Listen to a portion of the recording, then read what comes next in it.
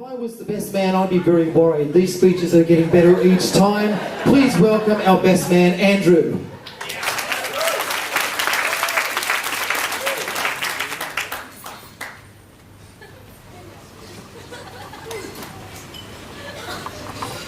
First day, that was a beautiful speech. Good afternoon, guests, the Tuazon family, the Masenke family, Jerald and Jamil. What can I say? For those that don't know me, my name's Andrew. And I've known Jerald for more than half my life now, so 14 years, going back to year 7 at St. Patrick's College, Strathfield. So I'm truly honoured to be here today as the best man.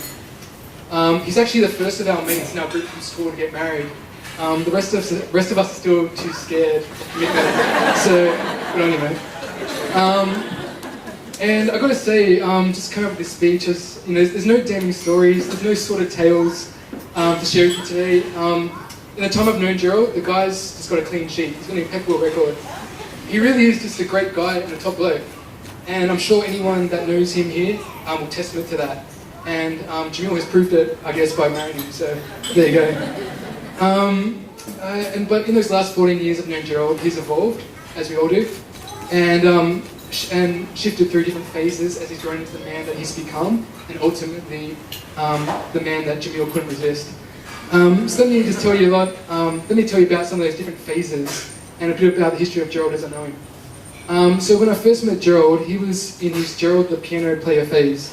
And I've really got no jokes about that because he's actually a really good piano player, so that still stands. From that phase came the Jerald the rapper phase, and I think we all go through that. And that was where he knew every word to the new G-Mix album, including all the barking bits, so he was really good at that. And then after that came Jerald the DJ phase, and that was DJ JV, when he bought decks and had dreams of being the next DJ Moto. So that didn't quite work out for him. Then there was Jerald the drummer phase, where he bought drums and had dreams of being in Nickelback. Hopefully I better than that. And then there was Jerald the guitarist, which is very funny, gave up his musical ambition, I think. Obviously, with the different phases, Jerald's style has changed, and when I first met him, he had the little philo Jerry curls thing going on, little curly hair, and that look was in back in 1997. And then he grew it out a bit, had the curls puffed up, formed a little philo afro, and that's when he got the name Puff Jerry. And then he's got older, he shaved it, and he got shorter to that crew cut look, and then finally the balding look he's cultivating now. So. But in addition to this, I've got many great memories playing basketball with Jerald for many, many years in high school. And I'll tell you this, I don't let his stumpy legs fool you. He's got tremendous athletic and sporting ability.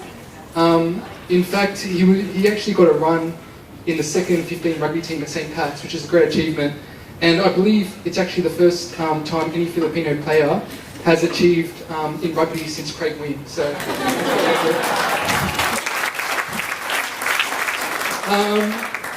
So there you have it, Jerald as I know him. You've got a top guy, you've got a top bloke, a nice guy. He's musical, he's sporty, he's stylish, and you've chosen well, and you've tapped into a good gene pool with that one. So, and personally, just lastly, for those that don't know, I've been away traveling around the world for the last 6 months, and I only got back on this past Tuesday. But I wouldn't really want to be anywhere else in the world right now. It's a real privilege to be here. And having been there for all those other important developments and phases in Jerald's life, thanks again for giving me the honour of being your best man. So thanks, mate.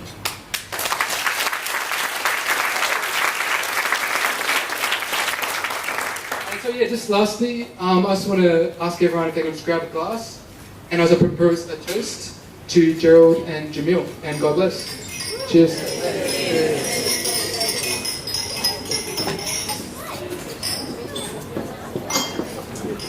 Ladies and gentlemen, please give Andrew a big round of applause as he returns to his seat.